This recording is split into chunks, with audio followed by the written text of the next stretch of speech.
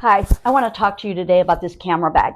So I recently purchased this camera bag because I was going on a trip and I needed more space for all of my camera gear. And this bag fit the bill. So let me show you how it works. So first off, you have a sleeve back here that you can slip over top of the handle of your suitcase, and so you don't have to carry it.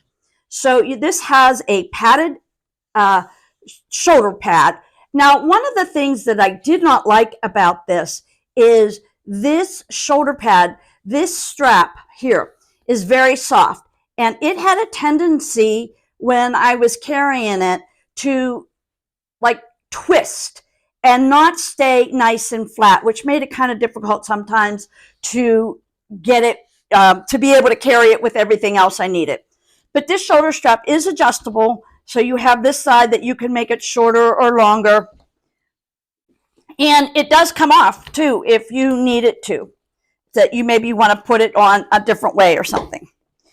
On the front, it looks like these are saddled in here, but they're just really snaps. And then you have this nice pocket here. It isn't two pockets. It is just one large pocket, and in here you have one zippered side. Over here you have one zipper side, and then on this side you have some straps to hold various items in place, as well as another type of pocket to put things in. In the main compartment you have this protective flap that goes over top of all your camera gear, so it would not get damaged. Now,